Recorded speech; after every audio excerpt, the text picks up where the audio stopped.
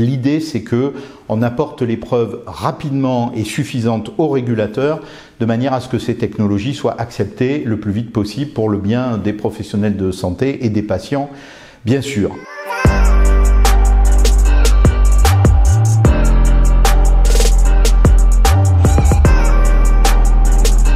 Alors, où est-ce que nous en sommes avec les régulateurs? Donc, on va distinguer, encore une fois, le cas des données synthétiques et des données générées. Pour les données synthétiques, la FDA a donné son autorisation au cas par cas pour l'utilisation de ces technologies. L'Europe également, et en France, je crois savoir qu'il y a un premier essai clinique qui est instruit avec des données synthétiques par la Haute Autorité de Santé.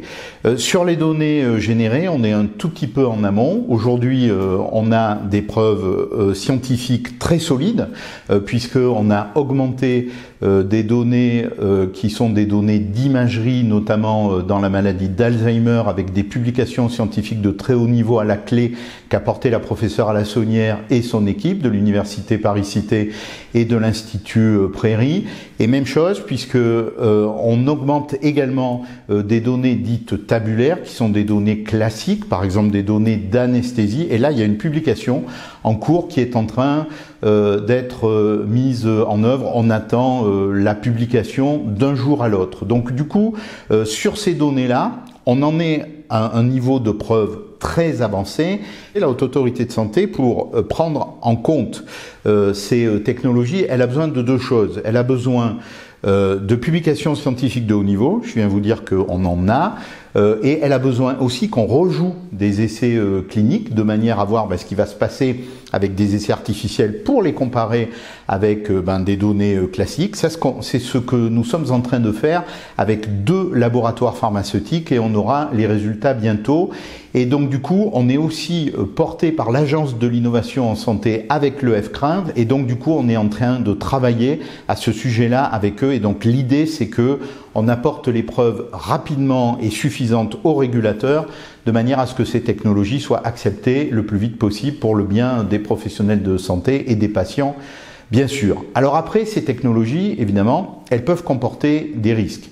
Alors concernant les données générées, on imagine bien que, étant donné qu'on va partir d'une base de données de patients réels, on a dit d'une base de données avec un minimum de patients, eh bien il faut que cette base de données elle soit très représentative de la pathologie qu'on va vouloir étudier, puisque évidemment si elle l'était pas, en termes d'hommes, de femmes, d'âge et aussi d'autres paramètres, on pourrait introduire des biais dans l'IA générative. Donc du coup, c'est là où la garantie humaine intervient, où par pathologie, on constitue des comités de garantie humaine qui vont certifier que la base de données initiale, elle est bien conforme à la pathologie qu'ils ont l'habitude de voir. Idem pour la base de données finale, où là, ces comités de garantie humaine, on va leur soumettre des patients, on va leur demander de dire si le patient qu'ils ont sous le nez, c'est un vrai patient ou un patient artificiel, et là on se rend compte qu'ils se trompent une fois sur deux, ça veut dire qu'ils ne sont pas en capacité de reconnaître un patient artificiel d'un patient réel. Donc premier travers, entre guillemets, à éviter absolument, mais comme dans toute l'intelligence artificielle, c'est la qualité des bases de données initiales et des bases de données générées. Là, on voit bien qu'on a tous les éléments pour les certifier. Deuxième chose, ces données artificielles vont sortir du RGPD et donc évidemment, là, il faut qu'on soit en capacité absolue de faire la preuve de l'anonymisation et du fait qu'on ne pourra pas à partir des données artificielles, revenir à un patient réel. Et ça, aujourd'hui,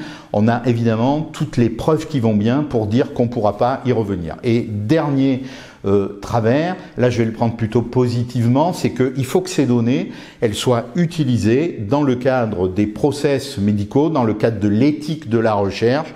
Et ça, évidemment, on est très vigilant. Les comités d'éthique sont là pour veiller à ce que ça se passe correctement.